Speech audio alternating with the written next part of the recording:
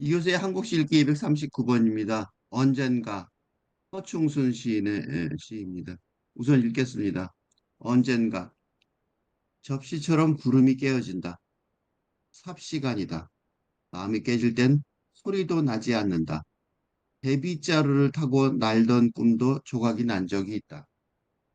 너를 보던 창도 부서져 내린 일이 있다. 마음이 무량한 것이라 해도 용서마저 끝없을 수는 없다. 어느 날은 부산역까지 혼자 걸으며 울었다. 근원을 산 너머에 둔 것들은 언젠가 깨어진다. 무릎에 둥근 각으로 아프도록 넘어가고 또 넘어갈 뿐. 이 시는 시밀레라는 그 동인지 같은 그런 거기 11자리 말 같아하고 최근에 발간된 거예요. 발간된 시에서 나온 겁니다. 허충순 시인은 1945년 부산 출생으로 지금 80세죠.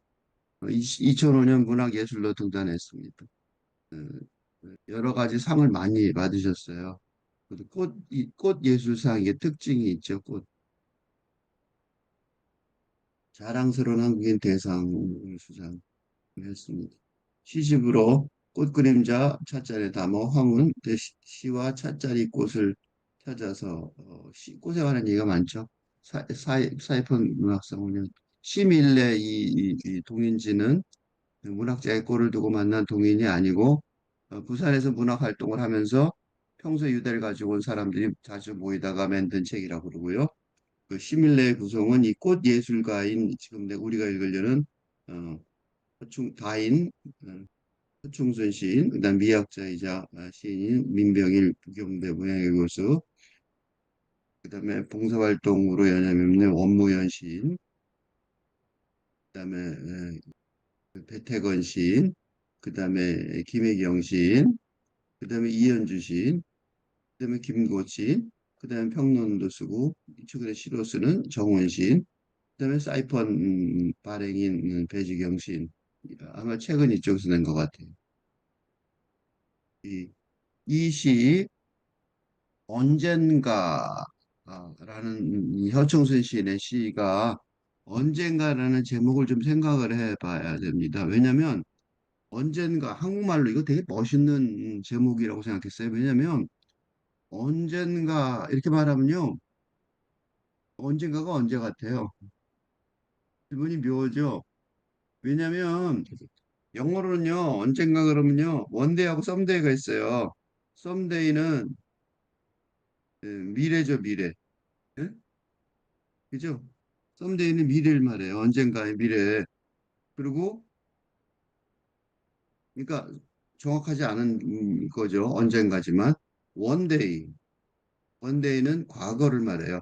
왜 이 썸데이하고 원데이가 이렇게 구별이 되냐면 언젠가라는 뜻으로 과거에는 어느 날 하루를 지정할 수 있잖아요. 과거의 기억은 그지? 과거의 사건은 지정 발생한 시점을 지정할 수 있는 언젠가잖아요. 그러니까 원이라고 하나라고 말할 수 있단 말이에요. 썸은 모호한 거죠. 있긴 분명히 썸이란 단어가 있긴 있는데 얼마만큼 뭐 질량이 있게 썸이란 단어 자체가 있는데 어느 정도의 질량이 있는 질량으로 있는 이런 뜻이거든요. 그 있는 그런 어떤 그 어느 정도의 질량으로 그러니까 아주 아무것도 없는 게 아니라 아 저기 있네 하고 볼 정도로 있는 그런 시점에서 그 시점을 말하는 거죠. 그 질량으로 있는 시점인데 정확하게 딱 그 고정할 수는 없는, 그지? 고정해서 말할 수는 없는 그런 시제니까 썸데이를 쓴단 말이에요. 그 영어는 썸데이하고 언데이를 구분하는데 한국말에는 그냥 언젠가가 그 과거하고 미래로 동시에 쓰이는 것 같아요. 그걸 잘 이용한 것 같아요. 왜냐하면 이 언젠가로 내가 그 이 허청순 시인 이 시집 이 동인 시집 시화집의 첫 번째 시가 서충수 시인의 시였는데 그게 제목이 실루엣이었어요. 근데 이 실루엣이 다시 말하면 미래의 언젠가에 관한 시였어요. 이게 언젠가 미래 시제의 언젠가에 관한 시였어요. 그래서 그 시를 하나 읽어보겠습니다. 빨리 간단히 어렵지 않고 아주 클리어하게 잘 보여요. 그러니까 실루엣이라고 그러는 게 실루엣이라는 게 정확히 뒤지 않게 이러면 뭐 커튼 같은 데 가려서 보이는 사람 모습이잖아요. 그러니까 이제 모호하단 말이죠. 모호하게 보이는 그런 언젠가란 말이죠. 내 무거운 음악 멸에 가려내. 멸은 사라져 없어지는 거잖아요. 그러니까 이제 내가 무겁게 살아온 삶이 이제 없어지는 그러니까 낮밤 없이 반음씩 내려가면 그러니까 하늘 낮이고 밤이고 조금씩 내려가는 것 같단 말이에요. 그러면 정적만이 남을 텐데 그게 바로 맑은 먼지가 될 것 같다는 언젠가 미래의 사건을 말하고 있죠. 화엄도 도설도 없는 화엄과 도설은 내가 더 인용을 했지만 미래의 어떤 천국 같은 불교에서 말하는 거죠. 자세히 설명하면 한없으니까 이렇게 찾아보시면 돼요. 그 어머니의 먼 실루엣. 어머니는 먼저 돌아가셨을 테니까 어머니의 먼 실루엣 같은 게 보이는데 그게 바로 맑은 먼지고 그 맑은 먼지, 어머니의 그 먼지 같은 맑은 먼지 같은 그 먼 실루엣을 자기가 지금 보고 있다는 거예요. 그러니까 그게 멸에 가려는 내려가려는 모습에 가는 거죠. 그래서 멸한 자리가 말 같아 멸한 자리라고 보이는 거예요. 이 어머니의 먼 실루엣 같은 멸한 자리가 맑은 먼지로 되어 가신 어머니가 내 삶에 어떤 힘이 되고 죽음으로 향하는 길에 그리고 이거 말가타 멸한 자리는 이 동인지의 그 멸한 자리 말가타로 제목으로도 사용이 됐습니다. 어쨌든 그래서 이 과거에 미래에 벌어진 일에 대해서 언젠가의 시가 실루엣이라는 시로 나왔다면 이거는 이제 과거에 관한 물론 과거에 정확히 정해져 있지는 않지만 과거에 더 많은 사연이 들어있는 그런 내용입니다. 접시처럼 구름이 깨어진다. 구름이 깨어지는 거 보신 적이 있을지 모를 텐데 나는 여행을 가끔 좋아하는데 그리고 혼자 가는 여행이 아니라 이제 같이 가는 여행을 뭐 이렇게 단체 관광이나 이런 식으로 트레킹이나 이런 식으로 같이 가는 걸 좋아하는데 특히 요새 같은 경우에 같이 가다 돌아올 때 되면 차창으로 이 장마철 비슷한, 지금 장마철 비슷한 시절이죠. 장마인지 아니죠. 확실히 모를 정도로 혼란스러운 시절인데, 어쨌든, 그건 아열대로 가는 상황이라서 그런지 모르겠는데, 어쨌든 구름이 아주 그냥 멋있어요. 근데 그 구름을 가만히 보고 있으면요, 구름이 정말로 계속해서 바뀌어요. 접시가 깨지죠. 소리가 나진 않아요. 그죠? 하늘에서 깨지는 구름은 소리가 나지 않죠. 그래서 그 다음 묘사가 삽시간에 깨진단 말이에요. 안 보고 구름을 한참 보고 있다 다른 데를 보다가 딱 다시 찾아보면 저렇게 바뀌었어? 그럴 정도로 확 바뀌어요. 그 삽시간에 깨져요. 근데 이 구름을 보는 접시처럼 깨지는 구름을 보는 거가 이 시가 마음에 이 허충선 시인의 시각이 마음에 드는 게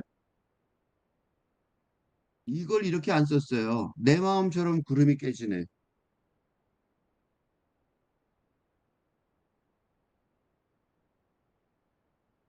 이런 식으로 안 썼다는 거야. 라는 식으로 쓰지 않은 장점이 있어요. 무슨 소리냐면 이 자연을 이게 묘사할 때인데요. 구름이요. 구름이라는 이러면 이런 식의 이런 식의 표현은 구름이 내 마음의 상태를 우조관념이라고 그러죠. 상태를 이 은유인데를 표현하는 우조관념으로서의 은유로 사용되었는데 사용돼 이런 식의 표현에서는 응? 사용되는데 뭐가 문제냐면 구름이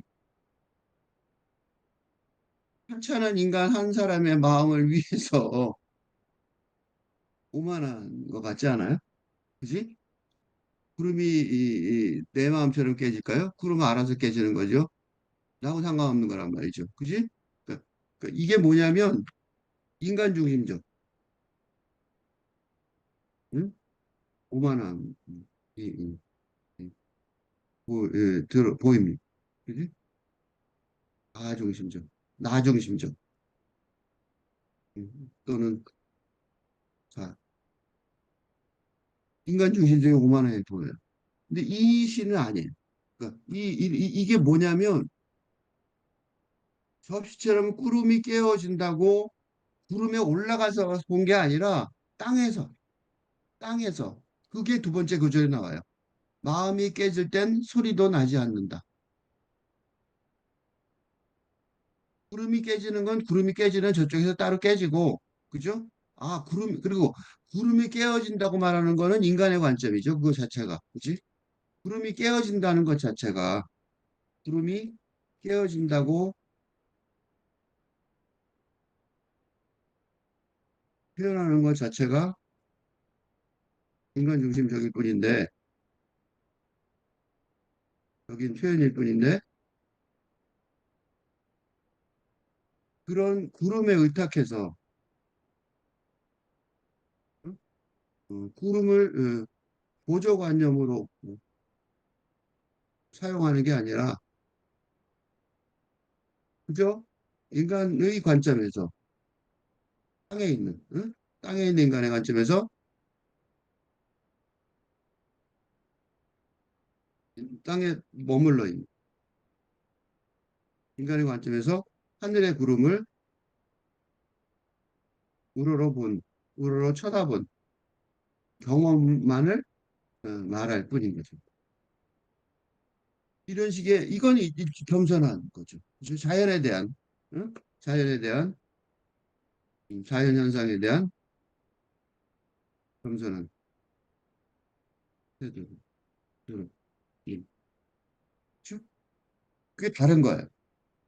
그런 거 많아요. 뭐, 하물며 간단한 벌레들이라도 인간이 위에서 사는 게 아니라고 자기는 자기끼리 사는 거라고 인간이 뭐 벌레보다 더 날지 안 날지도 잘 모른단 말이죠. 그러니까 어쨌든 접시처럼 구름이 깨어지는 거를 보고 근데 그걸 그렇게 보게 된 이유는 뭐냐면 삽시간에 그 깨지는 그건 느낌이 사실은 뭐 때문에 그걸 느낀 거냐면 내가 마음이 저렇게 깨졌지. 그죠?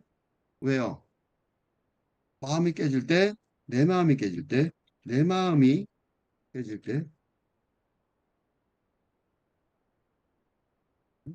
소리도 나지 않고 삽시간 갑작스럽게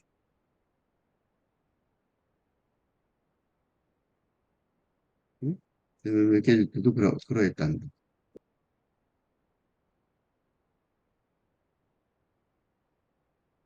응. 소리도 나지 않고 삽시간에 갑작스럽게 그런 일이 벌어졌다는 거. 응? 그러니까 이 시의 제목 언젠가라는 이 시의 내용은 뭐냐면 바로 이 마음이 깨어진 오랜 세월을 사시고 살아오고 그 오랜 세월을 거꾸로 살아온 그거를 거꾸로 회상하면서 언젠가 벌어졌던 일, 삶의 기억을 마음이 깨진, 깨진, 마음이 깨진 경험, 그지? 언젠가의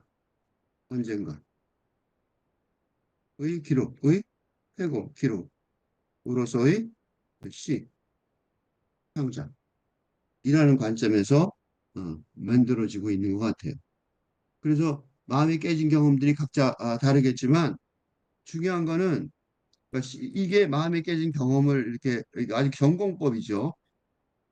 시라는 건 그러면 시인 개인의 예를 들면 아픈 경험일 텐데 아프거나 즐거운 경험일 텐데 여기는 아픈 경험이긴 하지만 즐거운 경험일 텐데 그 아프거나 즐거운 경험이 그게 기록일 뿐만 아니라 뭐가 돼야 돼요?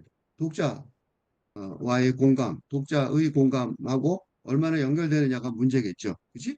그러면 이게 아프거나 즐거운 경험이 이렇게 경험이 개인의 기록이 되면 그 일기나 감상문이 된다는 거죠. 근데 이게 독자의 공감에 가면 이게 이제 시가 된단 말이에요. 본격적으로. 그러니까 시인이 된 거는 바로 그거란 말이죠. 근데 그런 것들을 보여주고 있어요. 여기다 하나 더 나간다면 뭐가 있어요? 이런 여기까지가 시의 출발점이라면 이 공감이 공감뿐만 아니라 을 넘어서서 세계관의 확장을 경험하게 하는, 그지? 음, 그런 수준이라면 이건 굉장히 높은 수준이겠죠. 그래서 그런 걸로 이 시를 보면 되는 거겠죠. 그래서 우선 첫 번째, 그러니까 이 시가 이제 마음이 깨질 때 구름처럼, 접시처럼 구름이 깨어지는데, 삽시간에 깨어지는데, 소리도 나지 않고 깨어졌단 말이죠. 근데 그런 깨진 마음의 기록이에요. 언젠가 그런 일이 있었던 기록인데, 첫 번째 기록이 데빗자루를 타고 날던 꿈. 데빗자루도 날던 꿈. 되게 재밌는 표현이에요. 데빗자루, 이거 아주 멋진 말이에요. 그냥 빗자루 날고 다니는 꿈은 이게 뭐냐면 우리 서양의 저거죠. 그 마녀, 그죠? 위치, 그죠? 그러니까 동화에 많이 나오는, 그지? 동화 같은데 많이 나오는 이런 마녀가 빗자루 타고 다니는 거 많잖아요, 그지? 그 마녀들이 있는데 그 마녀 얘기가 어릴 때 그 꿈이 될 수 있죠. 이 여성이라면 남자애들은 아마 다른 꿈을 꿀 가능성이 많고 여자 아이들은 이제 이런 마녀, 하늘을 나는 멋있는 꿈이잖아요. 양탄자를 날아다니는 근데 이 빗자루를 타고 다니는 꿈인데 대빗자루가 재밌어요. 대빗자루 큰 빗자루 있죠. 나당 쓴 큰 빗자루. 이게 이제 어릴 때 추억일 것 같아요. 아이들이 이제 옛날에는 아파트가 많지 않고 땅에서 사는 집이 많았으니까 그 땅에 있으면 그 마당에 쓰는 게 그 아이들 보고 쓰려고 그런 경우가 많았었거든요. 그 심부름에 하나인 경우가 있어요. 그래서 그 이제 그 대빗자루로 심부름은 아침마다 마당을 쓸면서 그런 꿈을 꿨었을 것 같아요. 이 대빗자루 날고 다니는 타고 날던 꿈은 동화 같은 마녀 같은 마녀가 나쁜 말이긴 하지만 좋은 말이기도 하죠. 마녀가 누구냐면 잔다르크도 마녀라고 그랬거든요.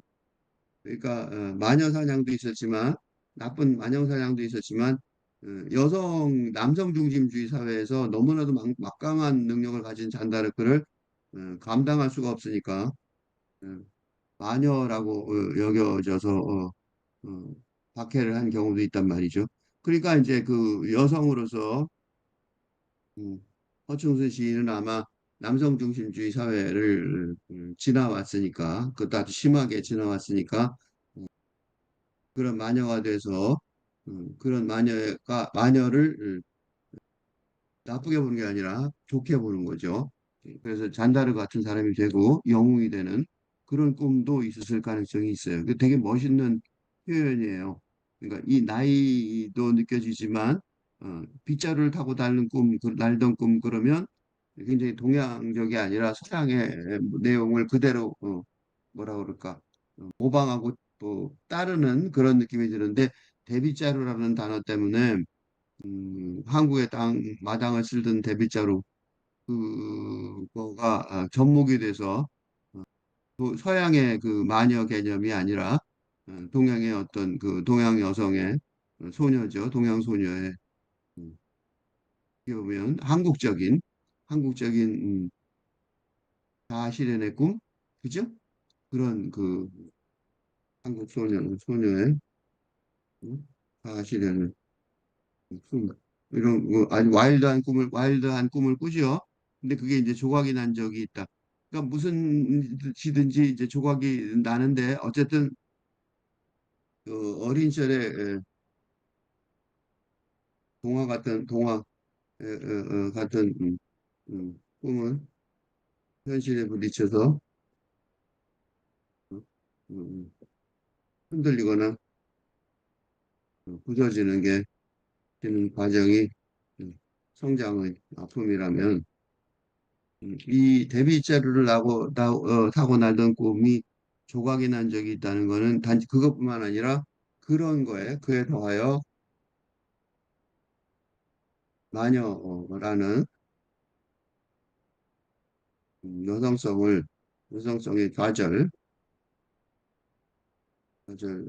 경험도 동시에 포함되어 있는 답니다. 응?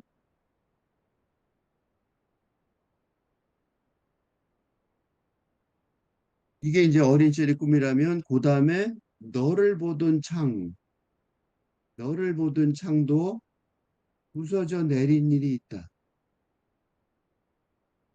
이건 좀 다른 문제죠. 이거는 이런 어린 시절의 꿈이 아닌 것 같아요. 왜냐하면 너라고 그랬잖아요. 너. 그러니까 내가 아닌 너란 말이죠. 그러니까 너라는 음, 대상, 상대방 을 음, 보던 창이란 말은 이런 너라는 상대방을 보던 창이란 음, 묘사는 두 가지 관점에서 생각할 수 있는데 첫째, 나라는 자아가 어, 형성된 상태에서의 경험이었다. 그러니까 즉 나가 있어야 너가 있죠. 너라고 부르려면 내가 있어야지. 그러니까 나라는 자아가 형성된 거예요. 그러니까 즉 다시 말해서 성인 또는 적어도 자아가 어느 정도 완성된 음, 청년기의 경험이라는 거죠. 앞에 거하고 다르죠. 그러니까 앞에 거는 소녀 시절에 벌어졌던 데뷔자를 타고 날던 꿈은 근데 여기서는 너를 보던 창이라는 건 그리고 이게 지금 뭐에 관한 거냐면 전부 다 마음이 깨지는 거에 관한 내용이잖아요. 그러니까 둘째 마음이 깨지는 이유 중에 가장 크게 뭐겠어요? 관계죠, 인간관계죠. 깨진 이거 깨진 경험이죠. 언젠가 마음이 깨진 경험이라는 말이죠. 언젠가 마음이 깨진 음, 경험에 관한 과거의 경험이겠죠. 이거는 과거의 경험에 관한 시라는 관점에서 볼 때 이 너가 말하면 여성이라면 여성도 뭐 성적으로 그럴 수 있지만 통상적으로 생각할 때 우리는 우정, 남성이라면 사랑의 경험일 것이고 그런 경험이 음, 부서져 내린 일 그랬어요. 부서져 내린 그러니까 조각이 난 거보다 더 심한 거죠. 조각이 나는 거는 깨져서 흔적은 그래도 조금 있잖아요. 근데 부서져 내린 일은 와르르 무너져 내리는 일이잖아요. 그러니까 훨씬 더 가슴 아픈 거죠. 응? 조각이 나는 조각이 이런 음, 소년 시절의 경험보다 더 아픈 부서져 마음이 생각해보세요. 마음이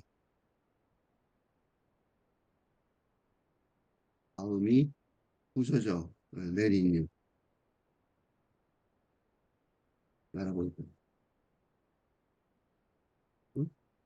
그러니까 그리고 이 시가 되게 좋다고 여겨지는 이유가 뭐냐면 이런 예를 들면 내가 그런 시련이나 또 우정의 결별의 이런 경험이 있는데 그런 경험이 그러니까 이게 이 시가 지금까지 조금 읽어본 바에 하면 어때요? 그 어조가 톤이 말의 어조가 사적이라기보다는 어? 공감 다른 사람 독자를 비롯한 다른 사람들의 공감의 여지를 너를 보던 창이 부서져 내린 일이는 누구한테나 있을 거란 말이죠. 그지? 예를 들면 너를 보던 창도 부서져 내린 일이 있다는 문장에서처럼 공감의 여지를 제공하고 있다는 거죠. 응? 그러니까 너를 보던 창이 부서져 내린 일이 사실은 나한테도 있는 것 같거든요. 그러니까 누구한테도 있을 것 같은 그런 공감의 여지를 주는 그러니까 그만큼 아주 그런 노련한 시적 기법, 노련한 시적 기법. 음. 그리고 그게 그냥 노련한 시적 기법이고 일관하고 일관적인 어떤 개괄적인 그렇다고 해서 그 개괄적인 일반적인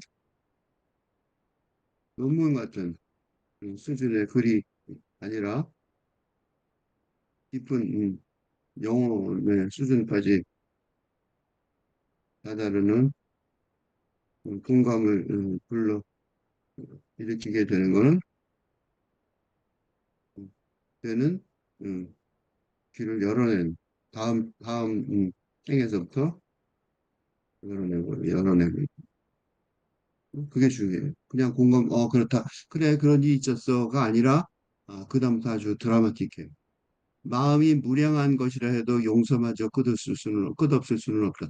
이게 아주 드라마틱 어떻게 보면 아름답기까지 한 그 묘사예요. 용서마저 끝없을 수는 없다. 그 용서를 악착같이 하려고 그런 거죠. 근데 용서할 수가 없는 거예요. 그거는 앞에 이 말이 있어서 그래요. 마음이 무량한 것이라 해도 무량이라는 단어가 잘 안 쓰는 단어인데 멋있는 단어예요.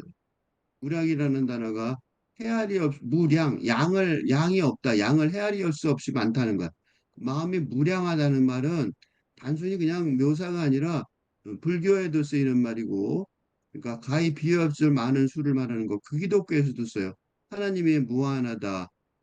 완전한, 한량없는 완전성, 가톨릭에서도 쓰는 거예요. 어.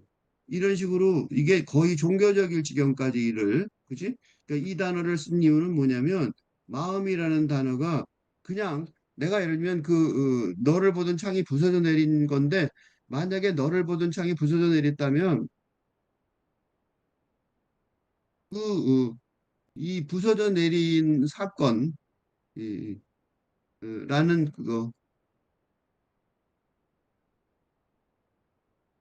언젠가의 경험 이 그지? 너를 보던 창도 부서져 내렸다는 이 엄청난 언젠가의 경험, 그 사건, 언젠가의 경험이 된 어, 사건은 이게 극적이잖아요. 극적이기 때문에 두 사람의 벌어진, 그죠? 최소한도 두 사람 사이의 일이고 어, 아주 극적인 음, 상태이므로 뭐가 있어요? 이 양쪽 간에 어떤 그러니까 결정적인 행위가 있고 그다음에 관계가 이렇게 극적으로 부서졌으니까 책임 책임이라고 말하긴 곤란하죠. 원인 그것도 곤란해요. 하여튼 뭔가 그런 게 서로 서로에게 있을 거란 말이죠. 그래서 용서라는 단어가 나오는 거예요.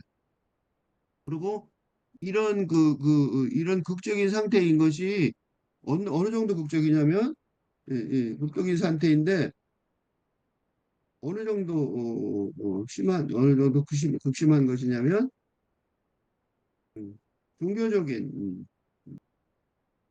영적인 수준의 평가 단위가 필요할 정도라는 거죠. 어떤 이제 간접적으로 그런 무량이라는 말이 그거예요. 무량, 마음이 무량. 그러니까 한없이 넓고 한없이 그래 한없이 많아도 그거는 뭐 불교도 그렇고 가톨릭도 그렇고 기독교에도 그렇고 어쨌든 그렇다고 해도 아무리 용서를 하려고 해도 용서가 안 된다는 거죠. 그지?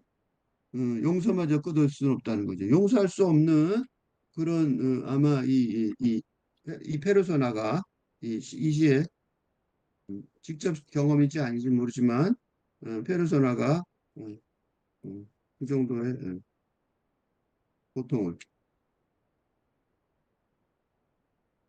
경험했다는 거, 했다는 거.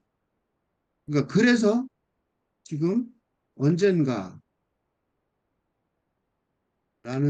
제목의 시의 핵심 사건이 되고 있다.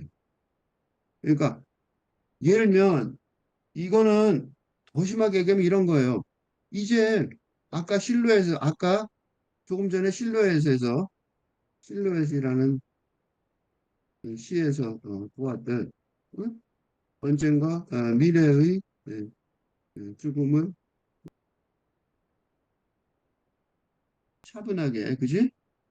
미래의 죽음을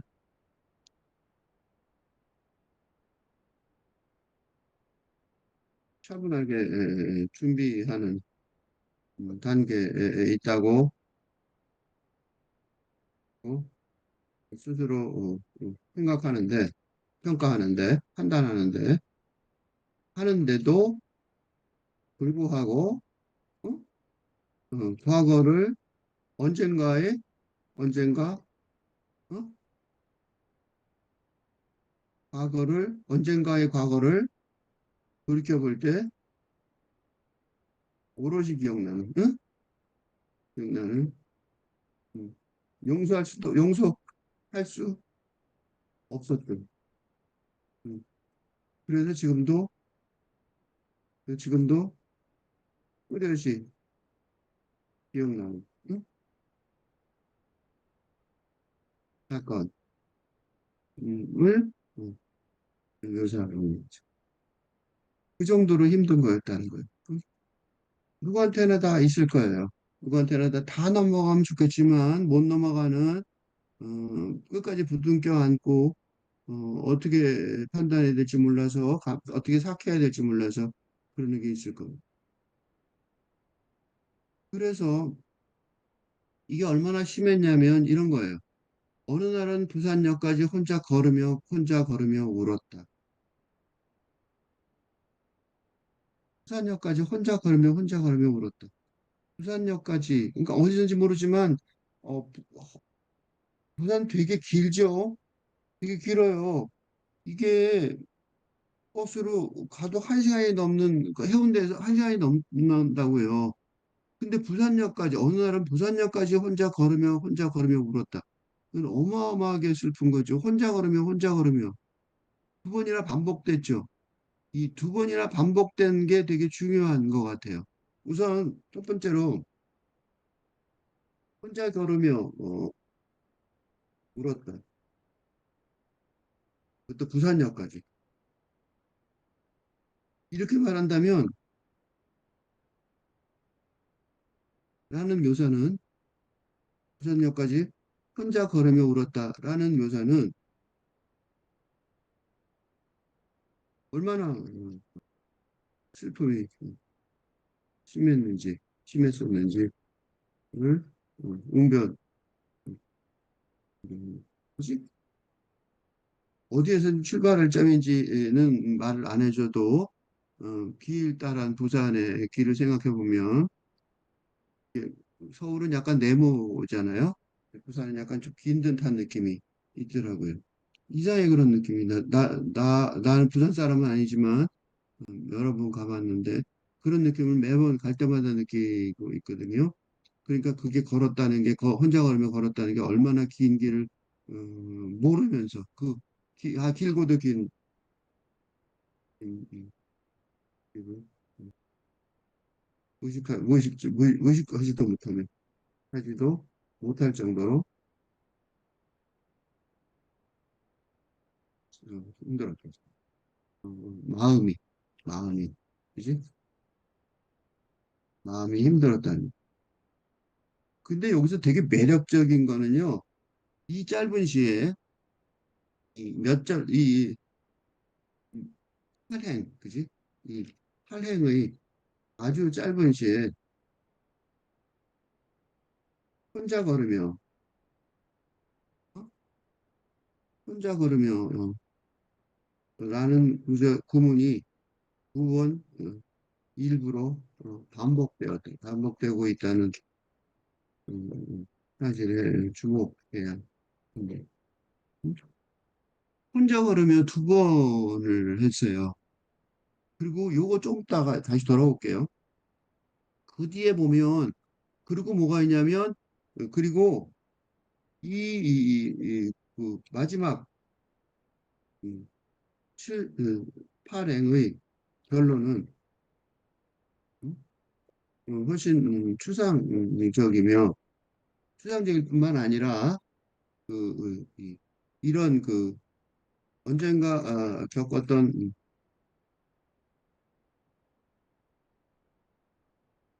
벽지처럼 삽시간에 음, 깨져버린 음, 마음의 삽시간에 깨져버린 마음의 아픔, 마음의 아픔에 관한 개인적인 경험의 묘사를 넘어선 지혜, 위즈덤, 지혜를 보여준. 그러니까 어디선가. 그러니까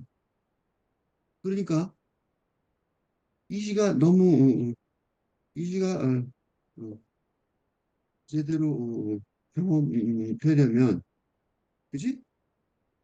어디에선가 육행의 육행의 어디에선가 극적인 누구의 독자의 마음에 독자의 독서 경험하는 마음에서 극적인 전환을 일으킬. 그건 거꾸로 그건 또한 음, 시인 페르소나의 마음에서 극적인 전환이 일어났기 때문인데, 그런 극적 전환의 음, 사건 또는 사건이 벌어진 순간이 있어야 한다. 그지? 있어야 하고 있다는 것이 증명되어야 합니다. 이거 보면 뭐냐면 근원을 산 너머에 둔 것들은 언젠가 깨진다. 근원을 산 너머에 둔 것들. 멋진 구절이에요. 난 되게 마음에 들어요. 왜냐하면 이게 뭐냐면 이게 탈근대시예요. 이게 근원을 산 너머에 둔 것. 근원을 산 너머에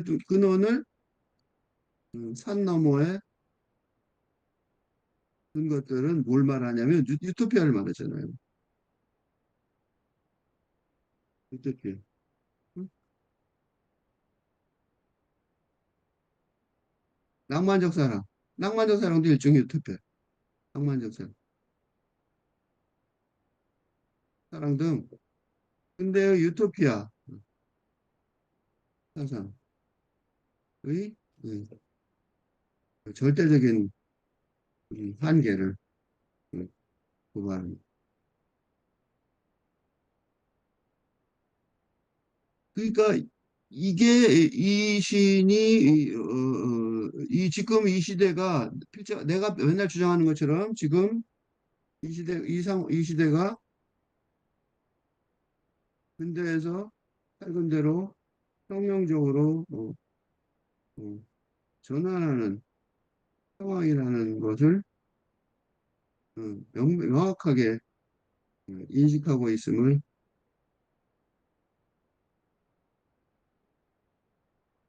즉 낭만적 사랑의 실패의 기록, 그지?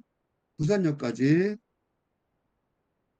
울면서 걸어갔던 음, 기억을 음, 어, 회고하면서 슬픔을 말하는 것이 아니라,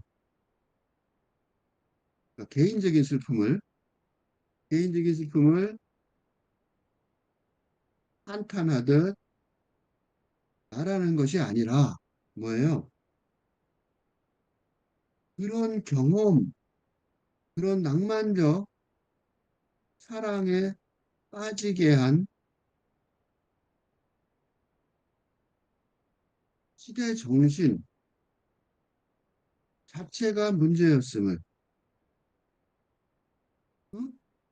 확인하는 그 지혜를 보여줍니다. 응? 좀 쉬운 너무 멋있는 지혜라서 좀 이해가 잘 안 될 수도 있어요. 조금 쉬운 말로 설명하면 이런 거예요. 과거에 젊은 시절에 사랑을 했어.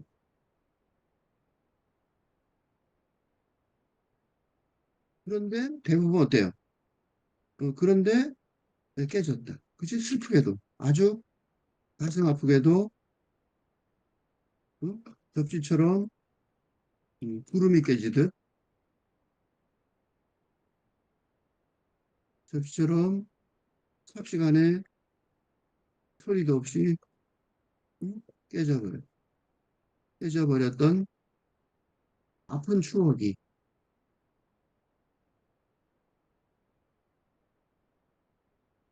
그치? 이게 내가 지금 낭만적 사랑을 했지만 이게 우정이든 사랑이든 독자 여러분 없는 사람이 있나요? 하고 질문할 수 있어요. 왜 우리는 모두 이런 아픈 추억을 거의 다 갖고 있나요? 이런 질문할 수 있어요. 그건 사랑했던 그 사람의 말하자면 용서할 수 없을 정도로 아픈 경험을 만든 경험을 주고받은 누구지 그죠? 그지 그 원인은 모르죠. 우리가 모르죠. 사연을 잘 모르니까. 그리고 뭐 서로 만나면 서로 자기가 잘했다고 그러거나 서로 잘못했다거나 그럴 가능성이 많단 말이죠. 그, 그 사람의 청춘의 잘못이라기보다 말도 안 되는 꿈을 꾼, 즉 근원을 그 관계의 근원을 산 너머에 둔, 둔 것으로 만들려는 그건 우리 잘못 누구 잘못이 아니에요? 누구 잘못이에요? 근대 이념이 쇠뇌했던 어, 쇠뇌 이렇게 쓰나? 생-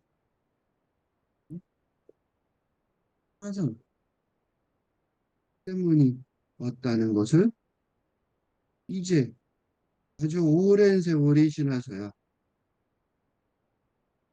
알게 되었다는 거죠. 그러니까 시인 페루소나의 그지? 언젠가 과거의 아픈 기억의 기록이라기보다 그런 기억이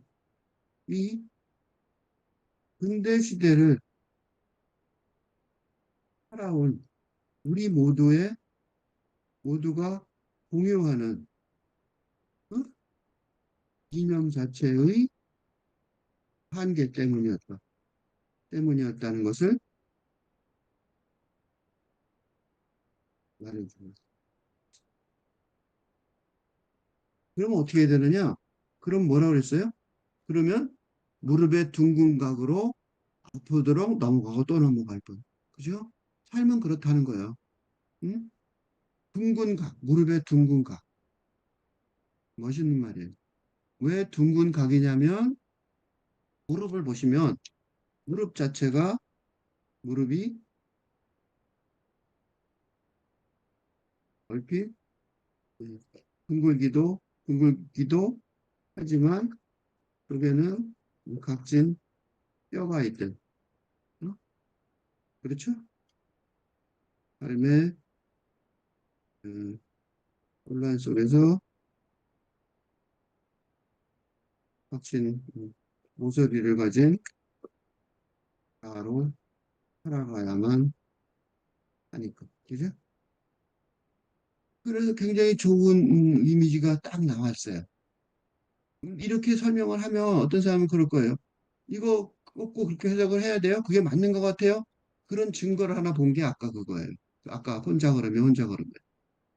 혼자 걸으면 혼자 걸으면 이걸 보면서 내가 아 그게 이 조금 전에 내가 해석한 그 증거가 여기 있는 거죠. 혼자 나는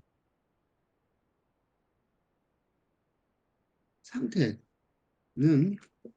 음, 고립, 아이솔레이션, 동물적, 생물학적, 동물적 고립, 근대적인 외로움. 이거 지금 설명을 하려면 한 없으니까 나중에 어디서가 내가 다시 한번 할 거예요. 또 탈근대적인孤独, 솔리튜드. 또 구분할 수 있는데 여기서는 혼자 걸으면 이 두 개를 통해서 그러니까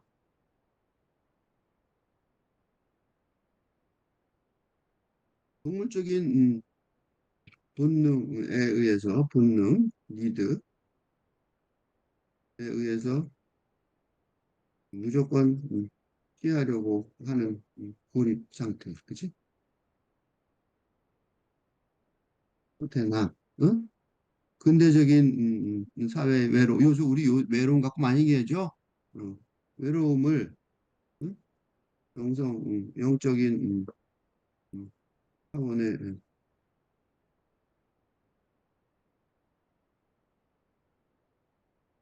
발견으로 승화할 수 있는 것을 고립으로 구분할 수 있다는 거죠.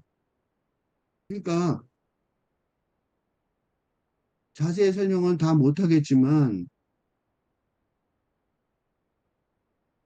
그 어느 날은 부산역까지 혼자 걸으며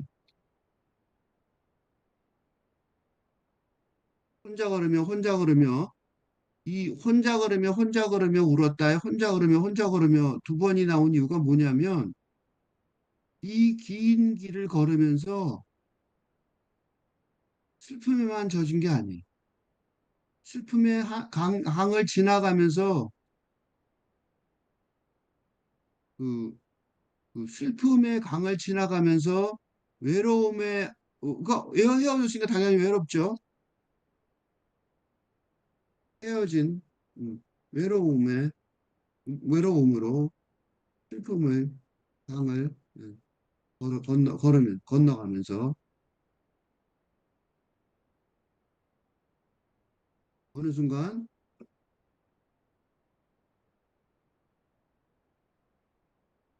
무언가 깨달음의 응? 그런 그렇다는 것이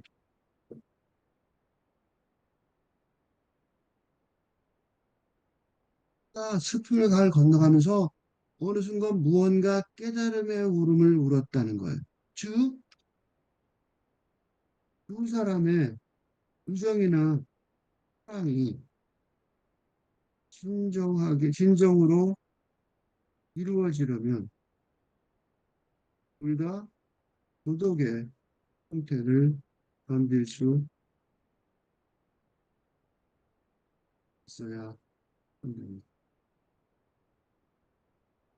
그러니까 진정으로 도덕한, 진정으로 홀로 설 수 있는 사람만이 진정으로 사랑할 수 이렇게 된다는.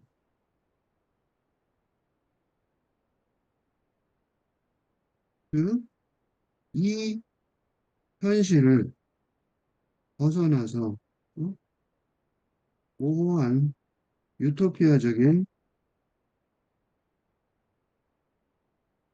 이상을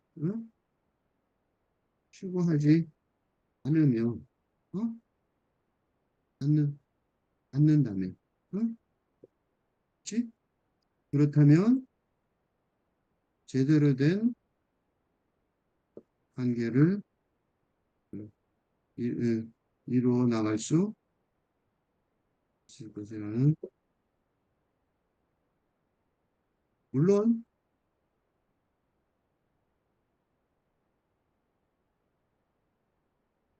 물론 유차한 현실 속에서 계속 살아가야 한다는 사실은 변하지 않습니다. 그래서 이 뒤에 혼자 걸으며 울었다에 그 그러니까 울면서 걸은 그 시인 페르소나가 진짜로 헤어졌는데 다시 만나서 잘 됐는지는 아무도 모르는 거죠. 그지? 그런 깨달음이 있었기 때문에 그런 거예요. 어? 물론 헤어질 수도 있고, 물론 다시 만났을 수도 있어요. 그건 별로 중요한 일이 아니게 돼버립니다. 아주 좋은 시예요. 그래서 처음부터 한번 쭉 읽겠습니다. 언젠가 허충순 접시처럼 구름이 깨어진다. 삽시간이다. 마음이 깨질 땐 소리도 나지 않는다. 데빗자루를 타고 날던 꿈도 조각이 난 적이 있다. 너를 보던 창도 부서져 내린 일이 있다. 마음이 무량한 것이라 해도 용서마저 끝없을 수는 없다. 어느 날은 부산역까지 혼자 걸으며 울었다. 근원을 산 너머에 둔 것들은 언젠가 깨어진다. 무릎의 둥근 각으로 아프도록 넘어가고 또 넘어갈 뿐.